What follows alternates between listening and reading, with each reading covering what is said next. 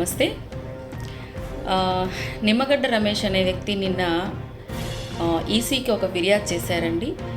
వాలంటీర్లు అవాతాతలకు ఇచ్చే పెన్షన్లో వాళ్ళు పార్టిసిపేట్ చేయకూడదు అని ఒక ఉత్తర్వులు వచ్చింది ఈసీ నుంచి.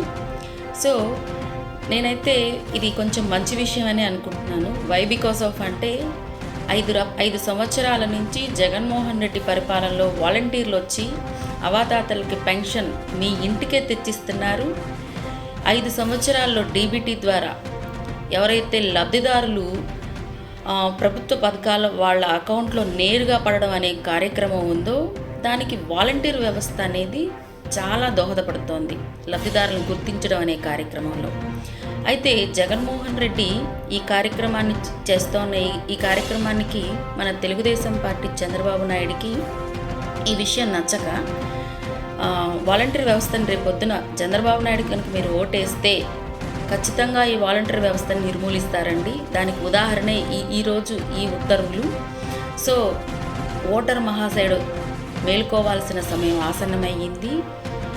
జగన్మోహన్ రెడ్డికి ఓటేస్తే అవాతాతలకు పెన్షన్ నేరుగా మీ ఇంటికి వస్తుంది వాలంటీర్ ద్వారా.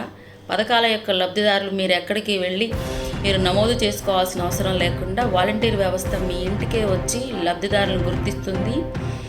అదే చంద్రబాబు నాయుడుకి ఓటేస్తే మీరు ఎలాంటి పెన్షన్ మీ ఇంటికి రాదు. మీరే వెళ్ళి క్యూ లైన్లో ఎండలో నిలబడి పెన్షన్ తెచ్చుకోవాలి. ఓటర్ మహాశయుడు ఆలోచించుకోండి.